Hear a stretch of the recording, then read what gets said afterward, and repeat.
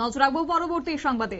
Bishramganj post অফিসের সামনে কংগ্রেসের পক্ষ থেকে বিক্ষোভ করা হয়েছে এবং এই বিক্ষোভে ছিল পুলিশ, পাশাপাশি সিআরপিএফ মোতায়েন করা হয়েছে।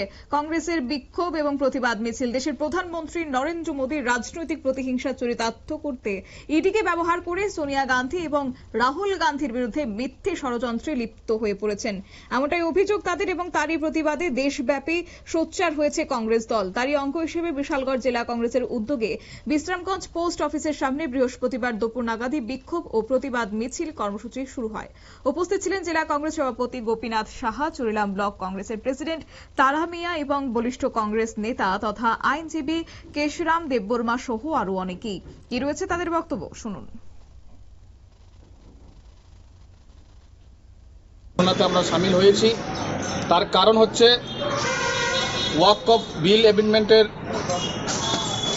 বিরোধিতা করতে গিয়ে এবং ভারতবর্ষের যে বর্তমান অর্থনৈতিক দুরবস্থা চলছে তার প্রতিবাদে আমাদের জাতীয় কংগ্রেসের সর্বভারতীয় আমাদের সকলের প্রিয় নেতা রাহুল গান্ধী যখন সক্রিয় হয়ে উঠেছেন, তাই ওনার বিরুদ্ধে মোদি, সাহা, ইডি এবং সিবিআইকে লেলিয়ে দিয়ে ওনাকে হেয় প্রতিপন্ন করার চেষ্টা করছে।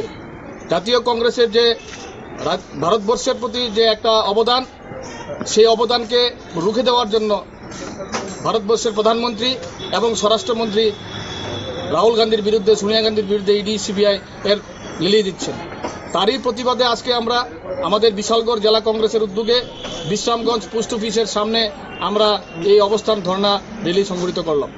কটা পর্যন্ত চলবে ধর্ণা? আমাদের প্রোগ্রাম 2টা অবধি চলবে। 2টা অবধি কি আপনারা এখানে থাকবেন, ধর্ণা দেবেন? ধর্ণা দেব। আপনার নামটা? আমার নাম গোপীনাথ সাহা। কোন পদে আছেন? বিশালগড় ডিস্ট্রিক্ট কংগ্রেস।